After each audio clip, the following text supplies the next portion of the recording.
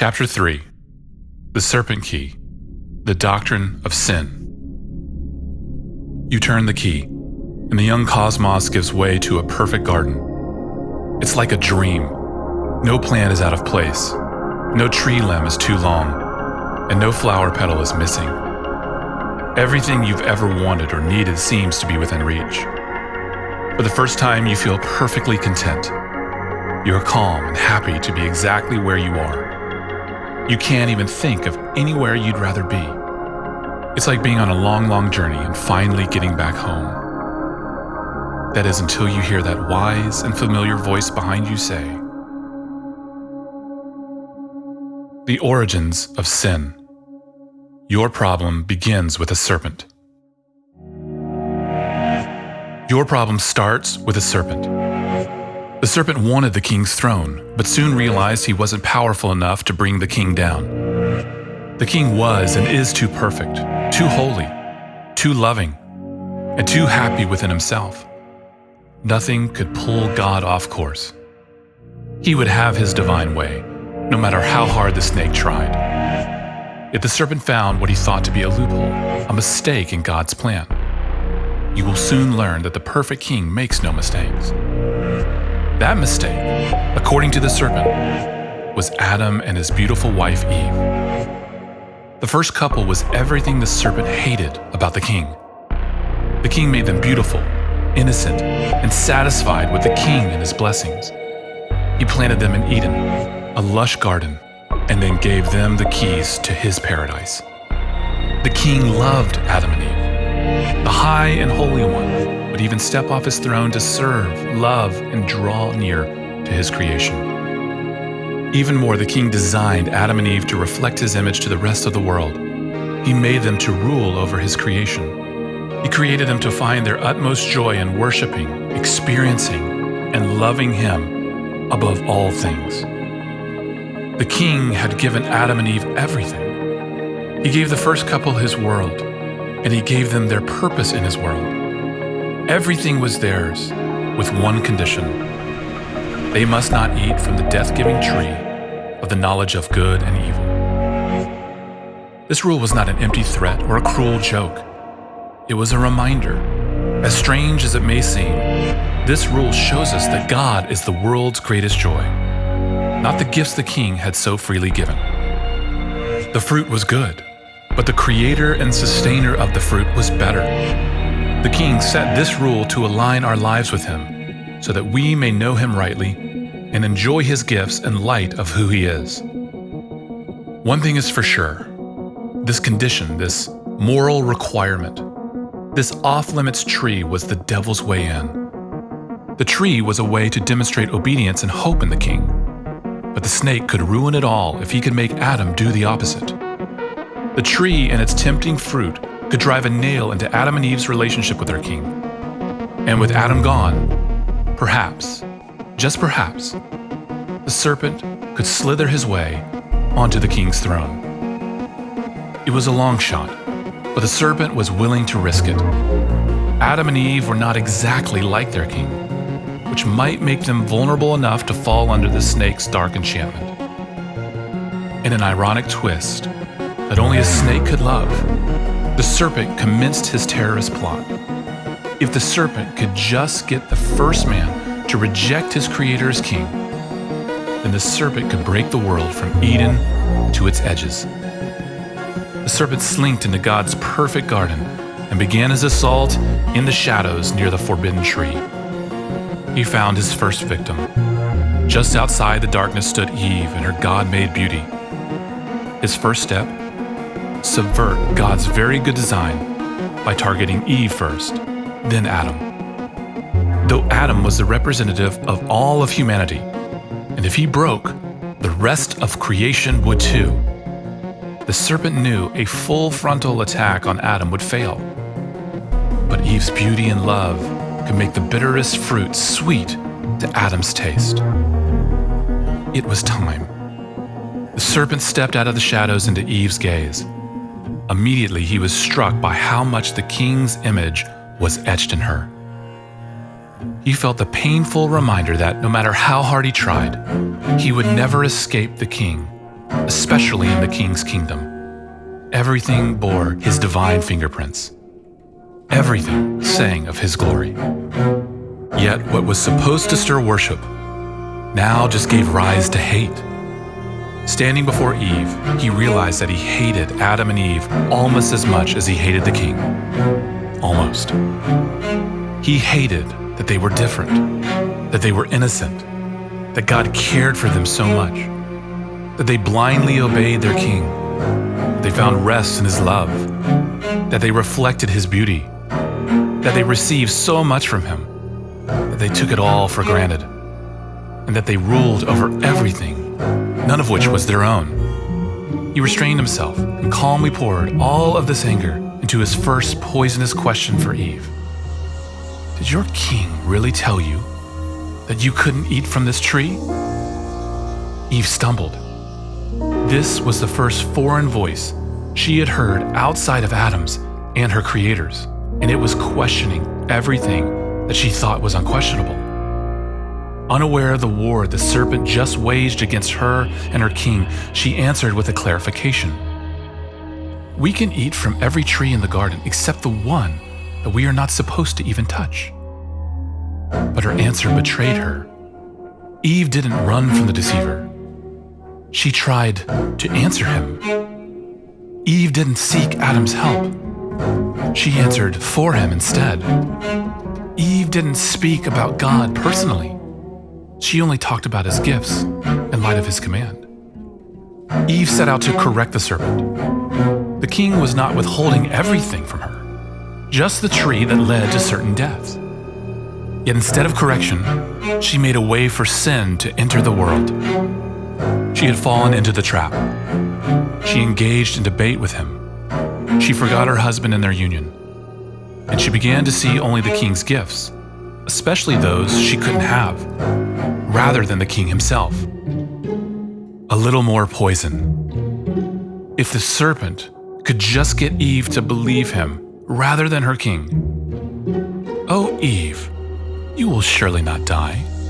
Rather, your king knows that when you eat from this tree, your eyes will finally be opened. And then the final injection. When you eat from this tree, you will be like God. There it was. The serpent had done it. He used the beautiful differences between the king and his image bearers to fracture the world. Even though Adam and Eve shined with God's image and were more like God than anything in all of the king's creation, both were ready to trade their king and his paradise for the fruit and its little lies. The outlawed tree's fruit was all that was good, beautiful, and true to Eve, and she gave in. Eve took of its fruit and ate, and she gave some to her husband who was with her, and he ate. 2 for 1, just as planned. Eve did the dirty work and got Adam to eat the fruit. As the representative of all humanity, Adam's sin fractured his life and the entire world, then and there, and here and now. With a pinch of temptation, a dash of persuasion, and a pile of deceit, the serpent sweet-talked Adam and Eve into giving up everything they needed for the one thing they never did. They sold their legacy, birthright, future, purpose, hope, dream, peace, and innocence for a bite of forbidden fruit. The stain of sin. Poison poured into the garden. Poison poured into the garden and the rest of creation. But don't be fooled. The poison didn't come from the fruit. It came from Adam. It wasn't that God's gifts weren't enough for Adam. It was that God wasn't enough for Adam. The fruit wasn't off limits because it could kill. It was off limits because it offered godlike knowledge without God. In taking the fruit, Adam in a way tried to pickpocket God, all while forgetting that God had already given him everything in his entire kingdom. The serpent was right about one thing. Everything changed. What was once right now seemed wrong. What was once false now seemed true. New feelings flooded into Adam and Eve. Anger churned. Tears burned. Relationships broke. Grief and shame crushed. Everything had changed, but for the worse. Adam's sin messed up everything. Not only for him, but for you too. Adam's story helps you understand your own story. Adam's story shows you why you don't always get along with your brother or sister or friends. It is why you get angry with your parents sometimes. It explains why you feel sad and why you cry, even if you're good at hiding your tears. Adam wasn't just the first man or your first ancestor. He was also your representative before God. This means that whatever Adam did in the garden would affect everyone who followed him, including you. So when Adam chose to rebel against God, every human, everyone carrying the beautiful image of God, was stained by Adam's sin. Adam is not just a warning or a bad example that you shouldn't follow. He isn't just another myth about how the world begins and why it feels so wrong all the time. His story isn't some lesson your parents made up to get you to obey them and eat your vegetables. No, Adam was real, and so was his disobedience. He rebelled against the king in the very good garden and seared his heart and the hearts of all image bearers after him with sin. Adam's disease plagues everyone and everything to this very day. Everyone and everything. Just ask Cain and Abel. Ask Noah and his sons. Ask the architects of Babel's tower. Ask Moses and Joshua and Israel's judges. Ask her prophets and her priests and her kings. And if you still don't think that Adam's sin has anything to do with you, then just ask the Apostle Paul. He holds up a mirror to us when he writes, "Just as sin came into the world through one man, Adam, and death through sin, and so death spread to all men because all sinned." Romans 5:12. Sin is the problem everyone must face because, as Paul writes, all are under sin. As it is written, none is righteous, no, not one. No one understands. No one seeks for God. Romans 3:9-11. And if you don't believe Paul, just go ahead and ask your parents. Ask them if they have any regrets or guilt or shame, or if they have ever been wronged or wronged someone else.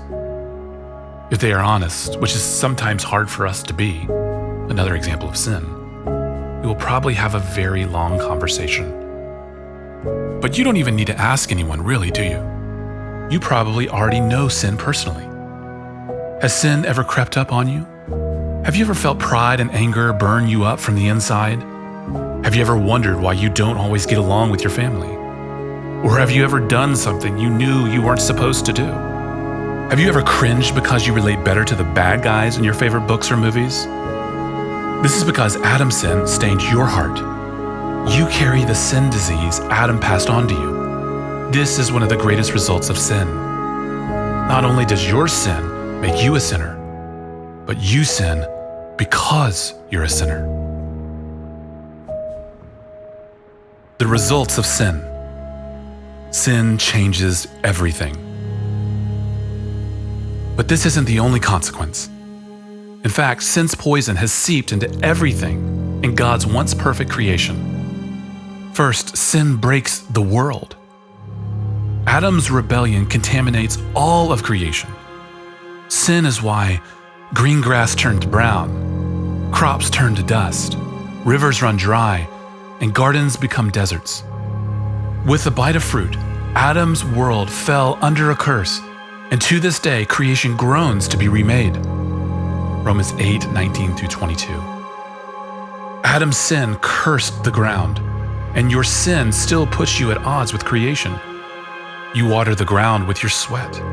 You rule creation through pain. The world used to be where we found joy, but now it's what you fight against for joy. Sin then is why you always have to pull weeds in the heat of summer, why schoolwork is so difficult and never-ending, and why winters feel so bleak and gray. And here is the dreariest news of all.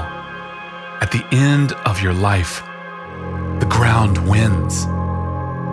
Because sin brings death, everyone born after Adam will return to the dust. And here's the strange thing. Adam's children tend to fall in love with the world's ruins.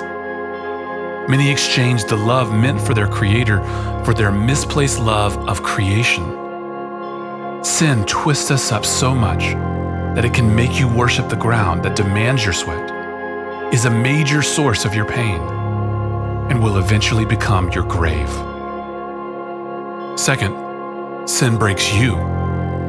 As if this weren't bad enough, sin not only corrodes creation, it also corrodes you from the inside. It eats away at your loves, hopes, and dreams. Sin mixes them all up and puts them back in the wrong place. It twists the way you feel about yourself, others, and well, everything. What are the first feelings Adam and Eve feel after their rebellion? Fear, shame, and guilt. Emotions that were never felt in Eden before the serpent's forked-tongued lies. Outside of this garden, then, our hearts are still topsy-turvy. Half the time you don't know how to feel, and the rest of the time your feelings are wrong. Even your desires and hopes don't work right. But the problem isn't with your heart wanting things. No, the King made you to desire. The problem is with what you long for. Ever since Adam, you desire the wrong things. You've quietly made the world all about you. But the world doesn't work this way. It can't. If everyone thinks that everything centers on him or her, then the world has no real center. The King, though, made the world for something bigger and better than your selfishness. He made everything about him, which means that you and your desires make sense only when the King reigns at the center of your life and heart. Sin's power is that it blinds you to this true joy. It makes you like the son who tries to take over his parents' bank account after beating them at Monopoly for the first time. The son won the game but missed the point. He's forgotten why the game exists. He's forgotten that his parents bought him the game with their real, not Monopoly money, to enjoy time with their son. Likewise, sin makes you forget that everything you have, the King gave you so that you might enjoy him. Your temptation will always be to desire the King's kingdom while hating the King. Now, if you want to know if you really struggle with misplaced desires, just ask yourself what you think about most of the day, or what you do with your free time. Is it video games? Your phone? What others think about you? Fashion? Maybe it's something else, but often it's something other than your King, isn't it? These things aren't sinful themselves, but when they replace the King, they reveal that you are sinful. Sin infects your heart and your head too. Maybe you've seen this before. Have you ever watched someone use his smarts to come up with a brilliantly bad way to cheat off someone else's homework, rather than just use his smarts for his own work? Or maybe you've used your own brain power to trick others to do what you want them to do. Perhaps you've used your smarts to try to even outsmart your King. The King who gave you your smarts to begin with. Sin messes with your head. It turns your good sense inside out and upside down. It's how you know that everyone is a sinner, but you never think of yourself as one. It's why you see other people's sins so easily, but can't see that same sin in your own heart. Sin doesn't make sense, and because of this, it poisons everything, including your relationship with other sinners. After falling into temptation, Adam and Eve's sin spreads to each other. Eve doesn't want to be Adam's helper, and Adam wants to blame Eve for everything. What else would happen when two people poisoned by sin try to relate to one another? Sooner or later, you will hurt those you love, and they will hurt you. Sin is why you have to say you are sorry. It's also why your friends don't always seem to be your friends, and why it's so hard to say nice things to your family sometimes. Sin messes up everything in the world, in you, and in your relationships with other sinners. Third, sin breaks your relationship with the King.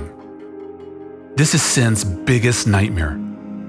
Ever since the first temptation, God's image bearers have been trying to hide from the very one whose image they bear. After the fruit incident, Adam and Eve ran away from their King when they should have run to him. He was and is the only answer to all the problems their rebellion created, and the problems our rebellion continues to create. People are still hiding from the only one who can rescue them from their sin. There is a big problem, though. The King in his perfect holiness can't and won't have sin near him. The King will not stand for rebellion. He does not allow rebels in his kingdom. Something has to be done. And the King does just that. Where Adam's sin ripped a hole in the world, the King filled it with fitting curses and punishments, and grace. More on that soon. The King warned Adam and Eve from the beginning, if you eat the forbidden fruit, you get death. And so with Adam's bite, death entered into God's perfect creation. First on the scene was spiritual death, which simply means that Adam, and everyone after him, stands separated from the love, life, and light of the King. Because of spiritual death, Adam and Eve can't stay in Eden, the special place of the King's presence, and neither can you. Like the first couple, you stand outside of the King's love if you are still in rebellion against him. Spiritual death leads to physical death. Adam's sin puts life on this earth on a timer. Your life is like a clock running out of time before the alarm. Soon, sin's ugly friend, physical death, will be waiting to take you out of this world. No one can avoid death because no one has avoided sin. And yet physical death is not the end. It's like the end of the beginning, or the end of the first book in your favorite series of books. Life continues after death, but the life to come is different. It is eternal. This means those who suffer spiritual death now will be separated from the King, the one you were made to delight in, the only one who offers eternal joy and hope, not only in this life, but in the forever life to come. Sin changes everything, especially your relationship with the King in this world and the next. The answer to sin. The King turns your darkness into light. This serpent key unlocks a dark, dark truth about yourself, about your world, and about everyone else. That the King, motivated by his huge love, can turn your darkness into light. For it is against this darkness that his beauty shines in full brilliance. Sin is not the end of your story, or at least it doesn't have to be. While the serpent, sin, and shame shout their demands, God graciously writes a better story by writing his word into his world. And with overwhelming mercy, the King turns your curses and punishments into the true hope that actually heals you. You read that right. The King uses the dreadful curses you earned to give you his perfect promises you don't deserve. He turns sin's power into sin's defeat. While punishing sin in Genesis 3, the King hints at his grace. He promises to send a child, one of Adam and Eve's great, etc. grandchildren, into his world to unbreak his world. This son will make everything right again by killing the serpent. By being crushed by spiritual and physical death himself, This promised one will crush the head of the serpent, destroy sin, and conquer death once and for all. To draw out sin's poison, the king sends his son to drink the poison, so you don't have to. Turn the next key and watch what the king does.